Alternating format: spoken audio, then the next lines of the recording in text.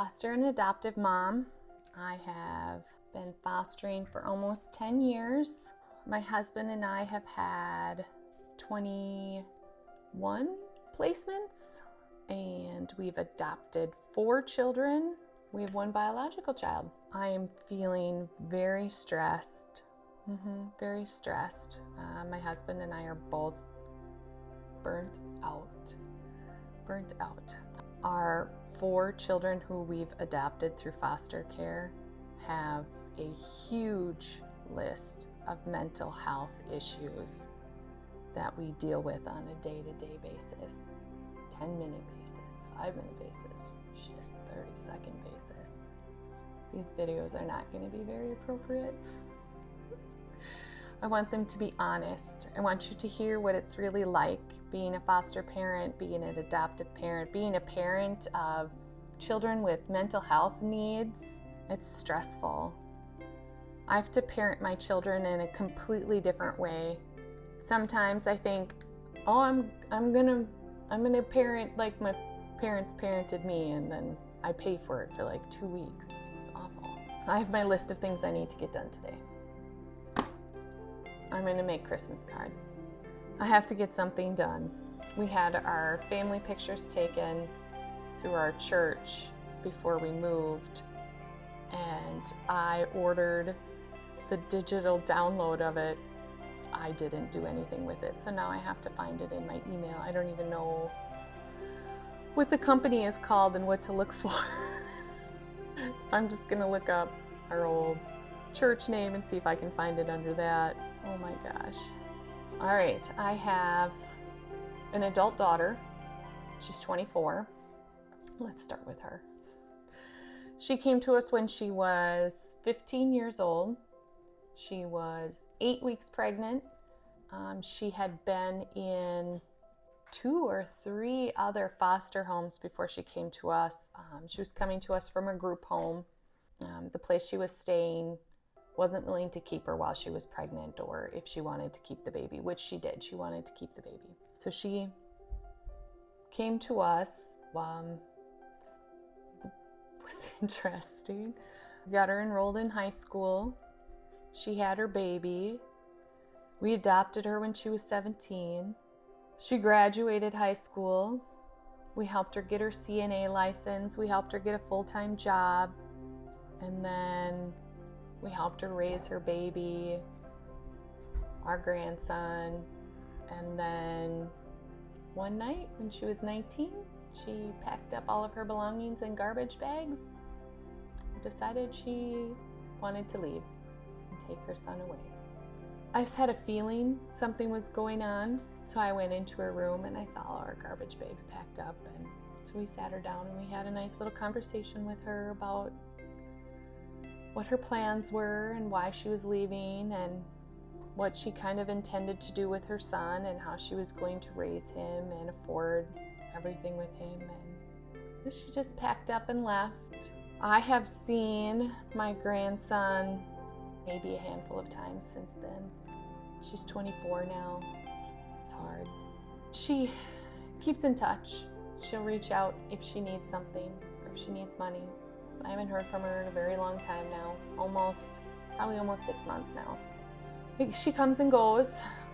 She's been pregnant 2 more times. She's had 2 more boys. The first one, she called and told me that she was pregnant, and I hope I helped her, but I told her that she needed to put that baby up for adoption. She lost custody of her first child. He went to live with his dad. She barely got to see him. And so I think there was that kind of understanding, like maybe I should put this baby up for adoption. So she ended up putting her baby up for adoption. Just last October, she had her 3rd child. Even though I tried to talk her into putting that baby up for adoption, she didn't. She's been living in a homeless shelter for a while. I'm going to read you a journal entry I wrote this journal entry in my computer the day that her last son was born. I'll read it to you. Have you ever not been able to cry? Why can I not cry. I've been trying for weeks. It's been a truly awful few months, which is saying a lot considering what I've been through in my past. But today, I helped my adopted daughter birth her third child. I was sitting holding this beautiful baby boy and literally praying out loud while she was out of the room. Please, God, don't let this baby die. And yet, I still can't cry. I feel the desire to cry, and I know I should be crying because I'm a woman, a mother, and that's what we do, you know, hormones and shit. Yet, here I sit at the end of the day and I still can't squeeze out one tiny frickin' tear. That was a good entry, wasn't it? Yeah. So, the baby is still alive, as far as I know. As of 6 months ago, that baby is still alive. It's been a rough road with her. Teens are extremely difficult. They have opinions. They have really big feelings. Shortly after she moved out, I'm not sure exactly when, because she had moved out and we had very little communication with her. She was diagnosed schizophrenia, and a mental health disorder that usually comes on later in life, in your 20s, which it did for her. And I can see the signs leading up to it as she was getting ready to leave. Paranoia. We had three times we had to have her, I don't know if the word is committed, but she completely shut down. She had catatonia. She couldn't move. Her brain was thinking and talking to her and telling her things, but her outward physical body was doing nothing. She was barely blinking. She just stood there. Before she was 18, I, as her adopted mom, had the right to take her to the ER and have her committed, but after 18, it had to be on her. All I could do was drive her to where she needed to go, but she needed to voluntarily put herself into mental health care, which is hard when, hey, she can't move or talk. Once your child is 18 and they have mental health needs, as a parent, it kind of gets worse. We made it through. It's still hard. We still pray for her every day, pray for her boys every day, think about them every day. I have mom guilt. I should call her. I should text her. I should reach out on Facebook. But I know if I do, I get the same line. I get the same words every time. And so I'm just giving her an opportunity to lie and fake it. And that's not healthy. I'm just coming in from a different angle. And put her in God's hands. She has the resources she needs. She has supports. She's an adult. There's not really much I can do anymore. When she was 9 months pregnant, she became homeless. She was living in an apartment with, I don't know how many other people. A couple who was living there with her, probably in their early 20s, like her, had just had a baby, and the baby had died because the father had rolled over and smothered him, the baby, in the sleep, I guess. And so there was a lot of police action happening at the home, and then she called me, like she does, because she needed help. She needed help out of this apartment that was not a healthy place, a lot of drugs, not a healthy place for a pregnant mom. So she called me. I was mowing the lawn, and she never calls, so I knew something was wrong, and I answered the phone. Hey honey, what's the matter? I need you to come pick me up. Turn the lawnmower off? go over get my husband. I say, you need to go pick up our daughter. Don't even ask questions. Just go get her. Go pick her up, bring her back to the house. Just brought her back, talked to her. What can we help you with? How can we make this right? What do you need right now? Let's take care of you as a mom. Let's help get this baby out. She was experiencing some preeclampsia with her latest pregnancy, and she had had horrible deliveries on her first two. Her second baby was very early. So the doctors were watching her closely, and she was going to her appointments, so that was good. She was getting to the doctor. She had by then a date established for when she was going to be induced. It was in 2 weeks from when we went to pick her up. So we had 2 weeks to get her ready to be a mom again. We got a hold of a bunch of baby stuff. We got some donations. Our parents were helpful. We got some baby clothes. She wasn't able to work because, hey, in 2 weeks she was going to be a mom. Talked over and over and over again about, is this the right choice for you? Are you doing this for yourself, or is this the best choice for your child? Her schizophrenia medication literally came to her. A nurse showed up and gave her an injection once a month. Whoever invented that, freaking genius. Because she could barely take care of herself, and now she was going to have to take care of her child. She did not make it to her induction date. She went into labor early. Took her to the hospital. She had her baby naturally, and that's when I held that baby and I just prayed, please God, take care of this child. We brought her and the baby home to our house. She stayed with us for another week. Then she decided she was going to move in with a friend. I let her know, so it was very hard. I let her know that our house was not a swinging door, that we would help her whenever she seriously needed help, that she had to think about her decisions, and she had to be okay with the consequences of those choices.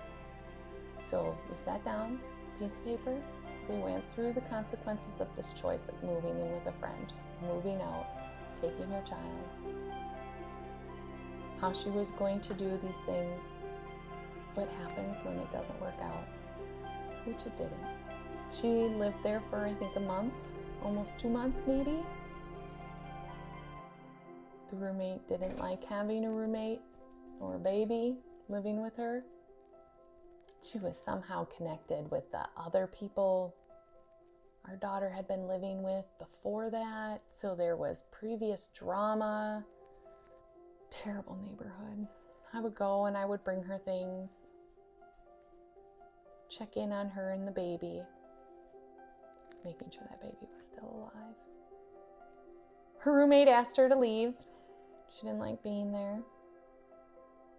I let my daughter know that, no, I'm sorry, honey, but we talked about this, the consequences of making a choice, and now you have to figure out what to do next. We told her we would help her with a security deposit if she could find an apartment. She did some research. She was a good adult, and she found a homeless shelter for young moms with children.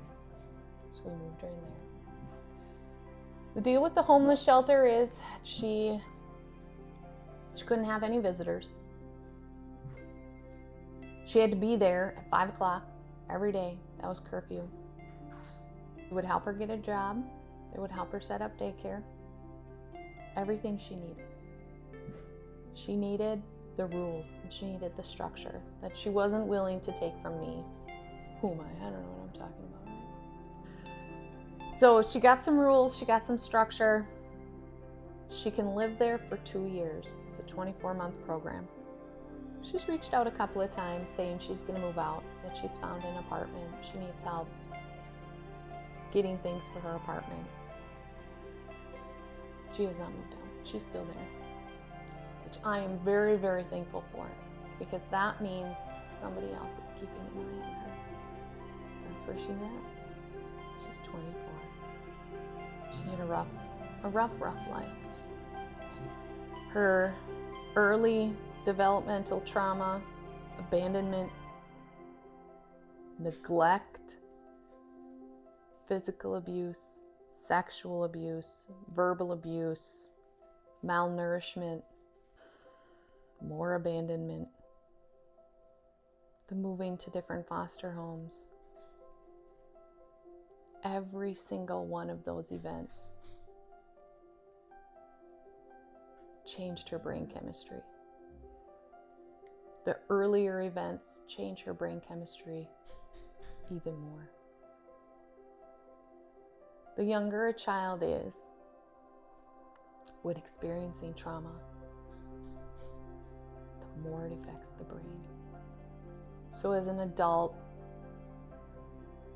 your ability to create new synapses, it's still there, but you're not developing that many synapses. You can learn new things, but think about as a baby, an infant. Everything that infant is learning is just huge. And the synapses that are developing during that time when that baby is growing and developing, they're still there as an adult.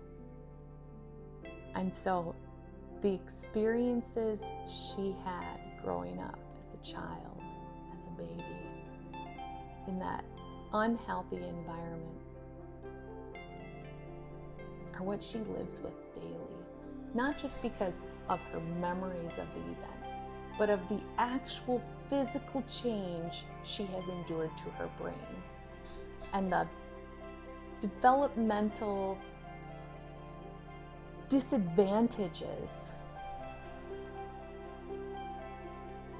she has gone through. If you take anything away from this video today, it's the power of empathy.